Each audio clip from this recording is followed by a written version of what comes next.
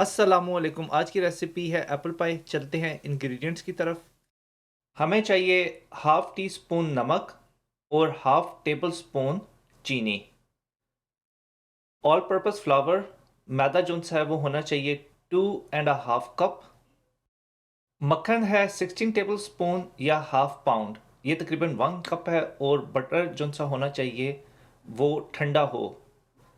Butter के हम cubes बना लेंगे, इस तरीके से आपने उन्हें चॉप कर लेना है। अब हम सारी चीज़ों को फूड प्रोसेसर के अंदर डाल देंगे। सबसे पहले आप चीनी और नमक ऐड करें और उसके बाद ऑल पर्पस फ्लावर ऐड करेंगे। इन सारी चीज़ों को ऐड करने के बाद हम तकरीबन इसे 10 से 20 सेकंड के लिए मिक्स कर लेंगे ताकि नमक, चीनी और मैदा जो सा है वो आपस में अच्छे तरीके से मिक्स हो जाए। अगर आपके पास फूड प्रोसेसर है तो आप उसका इस्तेमाल करें, क्योंकि ये डो ज़्यादा नीड नहीं होती, इसे ज़्यादा गूंदा नहीं जाता। लेकिन अगर आपके पास मौजूद नहीं है तो फिर भी आप इन्हें सारी चीज़ों को हाथ से अच्छे तरीके से गूंद सकते हैं। हर चीज़ अच्छे तरीके से मिक्स हो गई है। अब हम इसके अंदर बटर ऐड करेंगे। बटर के मैंने छोटे क्यूब काटे हैं, लेकिन लाजमी नहीं है कि आपको भी इस तरीके से इनके क्यूब काटने हैं। बस इतना हो जाए कि मशीन आसानी से बटर को और मैदे को अच्छे तरीके से मिक्स कर ले एक दूसरे के साथ। बटर ऐड करने के बाद हमने फूड प्रोसेसर को सिर्फ 30 सेकंड के लिए ऑन रखना है ताकि हर चीज़ अच्छे तरीके से एक दूसरे के साथ मिक्स हो जाए। अगर आप इसे फूड प्रोसेसर में ज़्यादा देर के लिए ऑन रखेंगे तो उसका नुकसान ये होगा कि जो बटर है वो जब ब्लेड के साथ बार बार टकराएगा तो वो मेल्ट होना शुरू हो जाएगा। और जो डो का पर्पस है कि वो थोड़ी सी सख्त रहनी चाहिए, वो बिल्कुल ख़त्म हो जाएगा। तो इस वजह से हमने डो को मिनिमम टाइम के अंदर बटर के साथ मिक्स करना है। यही वजह है कि मैंने आपको जैसे पहले बताया था कि आप इसे कोशिश करें कि हाथ से मत गूंदें। अगर आपके पास फूड प्रोसेसर मौजूद है तो आप फूड प्रोसेसर का इस्तेमाल करें। लगभग 30 सेकंड गुजर चुके हैं और आप देख सकते हैं कि जो इसका टेक्सचर है वो क्रम्स की शेप में है। तो हमें जो टेक्सचर चाहिए वो बिल्कुल इस तरीके से होना चाहिए। अगर आपने ओवर बीट कर ली है तो आपको ये टेक्सचर नहीं मिलेगा। आप तकरीबन हाफ कप चिल्ड वाटर ले लें। हमने सारे का सारा चिल्ड वाटर नहीं इस्तेमाल करना, बस पानी ज़्यादा ठंडा होना चाहिए। अब हम इस मिक्सचर के अंदर यख ठंडा पानी या एक्स्ट्रा चिल्ड वाटर तकरीबन 6 टेबल स्पून ऐड करेंगे। और आप इस चीज़ का ख्याल रखें कि बाज़ का जो मैदा होता है वो या तो कम पानी ऑब्ज़र्व करता है या बहुत ज़्यादा पानी जज़्ब करता है। ये जो सा स्टैंडर्ड है 6 टेबल स्पून, लेकिन अगर आपको लगे कि डो बहुत ज़्यादा नरम हो गई है, ये सख्त हो गई है, तो मैं आपको यही रिकमेंड करूँगा कि आप 6 की जगह पे पहले 4 टेबल स्पून डाल लें। अगर आपको लगता है कि डो तैयार होगी ठीक है, नहीं तो आप बाद में 1 या 2 टेबल स्पून जो सी है वो और ऐड कर लें। अब आप फूड प्रोसेसर को दोबारा 12 से 15 सेकंड के लिए ऑन रखें और उसके बाद हम इसे टर्न ऑफ कर लेंगे। एक्स्ट्रा जो चिल वाटर हमने डाला था उसका सिर्फ पर्पस यही था कि जो ऑलरेडी बटर इसके अंदर मौजूद है वो एकदम गल ना जाए।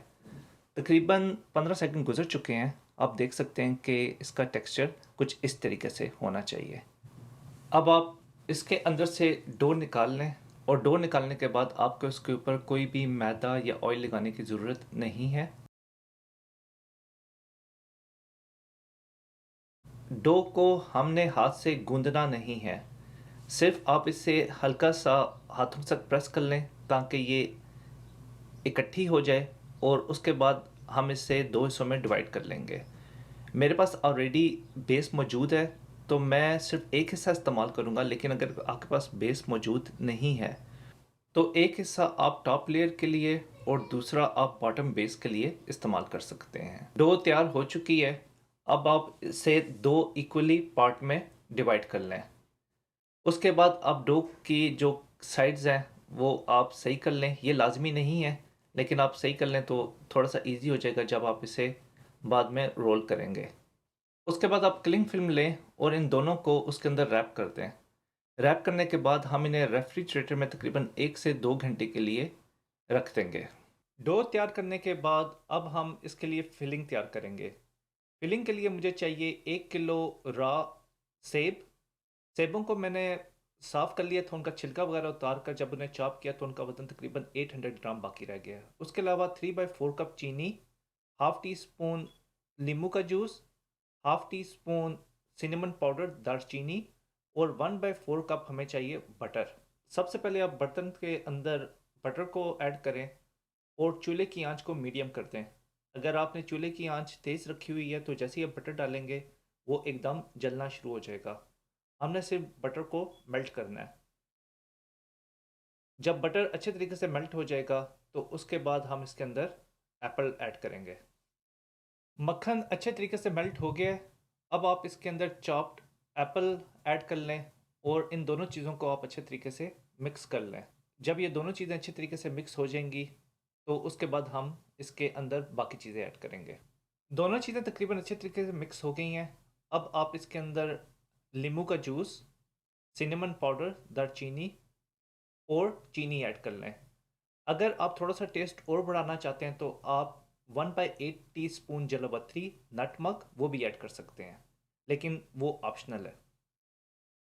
अब हम इन सारी चीज़ों को अच्छे तरीके से मिक्स करेंगे। चूल्हे की आंच मीडियम ही है।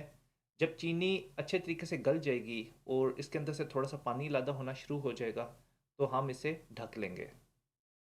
तकरीबन 3 मिनट गुजर चुके हैं और इसके अंदर थोड़ा सा पानी निकलना शुरू हो गया है। अब आप चूल्हे की आंच को लो और मीडियम के दरमियान कर दें और पॉट को कवर कर लें। तकरीबन 15 मिनट गुजर चुके हैं। अब आप इसका कवर रिमूव कर लें। आप देख सकते हैं कि इसके अंदर काफ़ी पानी जमा हो गया है। ये बिल्कुल नॉर्मल है। अब आप इन सारी चीज़ों को अच्छे तरीके से मिक्स कर लें और मिक्स करने के बाद हम इन्हें मैश कर लेंगे। ये आपके टेस्ट पे डिपेंड करता है कि अगर आपको ज़्यादा बड़े चंक्स चाहिए तो आप इन्हें मैश ना करें, लेकिन मैं इन्हें थोड़ा बहुत कर लूँगा ताकि बहुत ज़्यादा चंक्स खाने में मत आएँ। मैश करने के बाद हम चूल्हे की आंच को तेज़ कर देंगे और लगातार चमचा हिलाते रहेंगे जब तक कि पानी अंदर से बिल्कुल ड्राई नहीं हो जाता। तकरीबन 7 मिनट गुजर चुके हैं और पानी जो सा है वो बिल्कुल ड्राई हो चुका है। हमें ये इतना मॉइस्ट चाहिए। अब आप इसे रूम टेम्परेचर के ऊपर ठंडा होने के लिए रख दें। अब हम एप्पल पाई के लिए डो को तैयार करेंगे।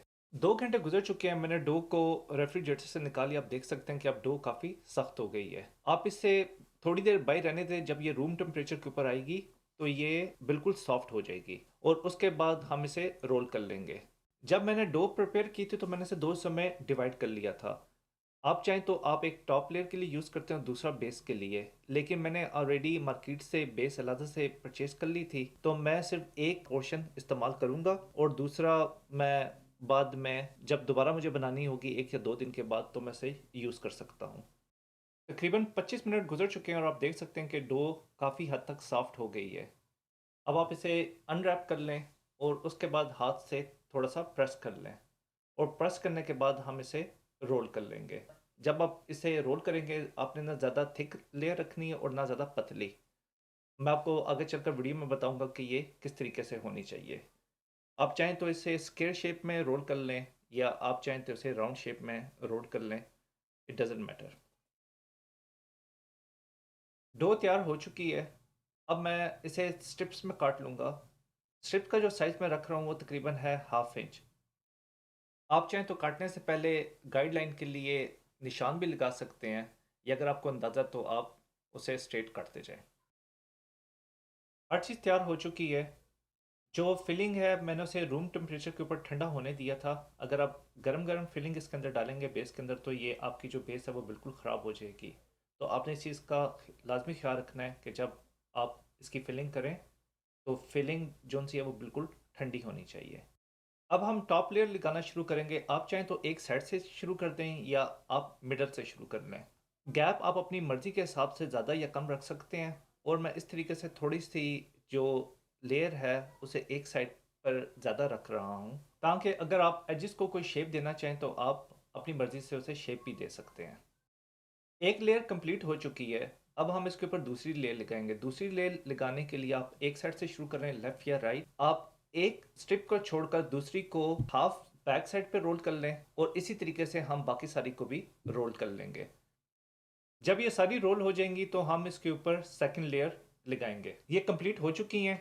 अब आप सेकंड लेयर जो सी है वो इस तरीके से लगाएंगे और ये लगाने के बाद हमने जो हाफ वे रोल बैक की थी हम उन्हें वापस अपनी जगह पर रख देंगे। रोल करने के बाद लेयर्स अपनी जगह पर वापस आ गई हैं। अब आप इन्हें हल्का सा प्रेस कर लें और उसके बाद अब हम दूसरी लेयर को उठाएंगे और इसी तरीके से स्ट्रिप रखेंगे और वापस इन्हें रोल बैक कर लेंगे। ये प्रोसेस हमने तब तक करना है कि जब तक कि ये सारी कंप्लीट नहीं हो जाती।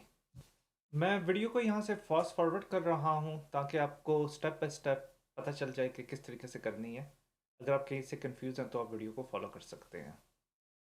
जब ये कंप्लीट हो जाएगी तो हम इसके एजेस बनाएंगे। अगर आप इसके एजेस यूं भी रखना चाहें, आप इसे साइडों से कटाई कर लें और आप इसे बेक कर लें तो तब भी एप्पल पाई तैयार है। लेकिन अगर कोई और शेप देना चाहते हैं तो आप वो शेप भी दे सकते हैं। टॉप लेयर कंप्लीट हो चुकी है। अब आप इसके एजेस काट लें। मेरे पास जो लेफ़्ट ओवर डो बच गई थी, मैंने एक दफ़ा उसे दोबारा रोल करके उसकी दोबारा से स्ट्रिप्स काट ली हैं और आप उसे इस तरीके से एजेस के ऊपर लगा दें और एजेस के ऊपर लगाने के बाद आप उन्हें फिंगर की मदद से प्रेस कर लें। अगर आप एप्पल पाई के एजेस को शेप देना चाहते हैं तो आप ये तरीका भी फॉलो कर सकते हैं।